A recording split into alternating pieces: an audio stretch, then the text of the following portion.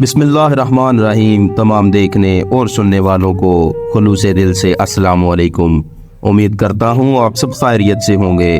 اللہ پاک آپ کو دنیا اور آخرت کی کامیابیاں نصیب فرمائے۔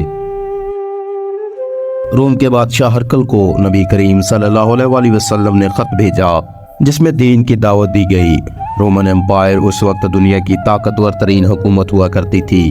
اس کا بادشاہ جاہو جلال کا پیکر ہوا کرتا تھا۔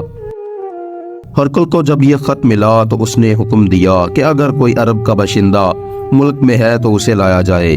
اس وقت اتفاق سے ابو سفیان اپنے لوگوں کے ہمراہ تجارتی دورہ پر وہاں موجود تھے، چنانچہ انہیں بادشاہ کے دربار میں بلا لیا گیا۔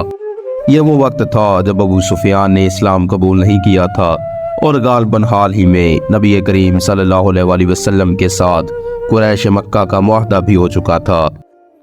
جب وہ سب دربار میں پہنچے تو ہرقل نے سوال کیا، تم میں سے کون شخص محمد صلی اللہ علیہ وآلہ وسلم کا زیادہ قریبی عزیز ہے؟ ابو سفیان نے کہا، میں اس یعنی محمد صلی اللہ علیہ وآلہ وسلم کا سب سے قریبی عزیز ہوں۔ ہرقل نے پوچھا، اس شخص کا خاندان کیسا ہے؟ ابو سفیان نے جواب دیا، وہ اونچے اعلیٰ نسبت والے ہیں۔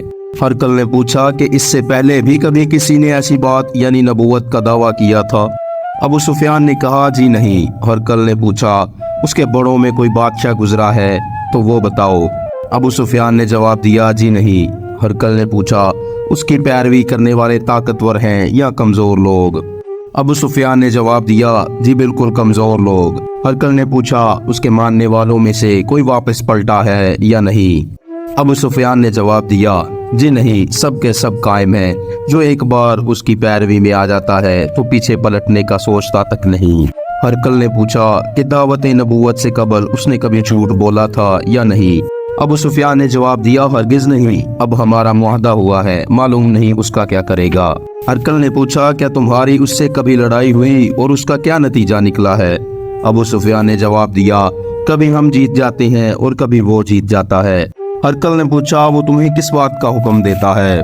ابو سفیان نے جواب دیا، وہ کہتا ہے کہ صرف ایک اللہ کی عبادت کرو، کسی کو اس کا شریک نہ ٹھہراؤ، اپنے باپ دادا کی شرک کی باتیں چھوڑ دو، نماز پڑھو، سچ بولو، پرہیزگاری اختیار کرو اور صلح رحمی کرو۔ ہرقل نے کہا، میں نے تم سے اس کا نسب پوچھا، تم نے کہا ہم میں اعلیٰ نسب ہے، پیغمبر ہمیشہ اعلیٰ نسب ہی بھیجے جاتے ہیں۔ تم نے کہا اس کے خاندان میں اس سے پہلے کسی اور نے نبوت کا دعویٰ نہیں کیا، اگر کیا ہوتا تو میں سمجھتا کہ وہ ان کی تقلید کر رہا ہے۔ تم نے کہا کہ اس کے بڑوں میں کوئی بادشاہ نہیں گزرا، اگر گزرا ہوتا تو میں کہہ دیتا کہ وہ اپنی بادشاہت کرنے کے لیے یہ دعویٰ کر رہا ہے۔ تم نے کہا کہ اس کے بڑوں میں کوئی بادشاہ بھی نہیں گزرا، اگر گزرا ہوتا تو میں کہہ دیتا کہ وہ اپنی بادشاہت حاصل کرنے کے لیے یہ دعویٰ کر رہا ہے۔ تم نے کہا کہ اس نے کبھی جھوٹ نہیں بولا، جو شخص آدمیوں کے متعلق جھوٹ نہیں بولتا وہ اللہ کے بارے میں جھوٹی بات کیسے گڑھ سکتا ہے؟ تم نے یہ بھی کہا کہ اس کے ساتھ زیادہ تر کمزور لوگ ہیں، یہی لوگ تو پیغمبروں کے متبعین ہوتے ہیں۔ تم نے کہا کہ اس کے ساتھی بڑھ رہے ہیں، ایمان کی یہی کیفیت ہوتی ہے۔ تم نے کہا کہ اس کا ماننے والا کوئی بھی مرتد نہیں ہوا، ایمان والوں کی یہی خاصیت ہوتی ہے۔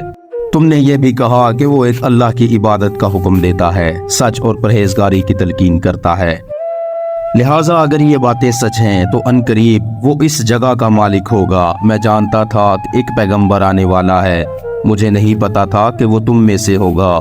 اگر میں اس کے پاس ہوتا تو خود اس کے پاؤں دھوتا اور اس کا پانی پیتا۔ یہ ہے ہمارے نبی صلی اللہ علیہ وآلہ وسلم کی شخصیت کی خوبصورتی کہ آپ صلی اللہ علیہ وآلہ وسلم کی خصوصیات سن کر ایک طاقتور ترین بادشاہ بھی آپ صلی اللہ علیہ وآلہ وسلم کی سچائی کی گواہی دینے پر مجبور ہو گیا۔ امید کرتا ہوں آپ کو آج کی ویڈیو نبی پاک صلی اللہ علیہ وآلہ وسلم کی شخصیت کی خوبصورتی اور ہرقل بادشاہ کا نبی پاک صلی اللہ علیہ وآلہ وسلم کا پیروی کرنے والا بن جانا آپ کو پسند آیا ہوگا۔ اگر آج کی ویڈیو اچھی لگی ہو تو ایک لائک اور شیئر ضرور کر دیجیے گا۔ اللہ پاک آپ کا اور میرا حامی و ناصر ہو۔ اللہ حافظ۔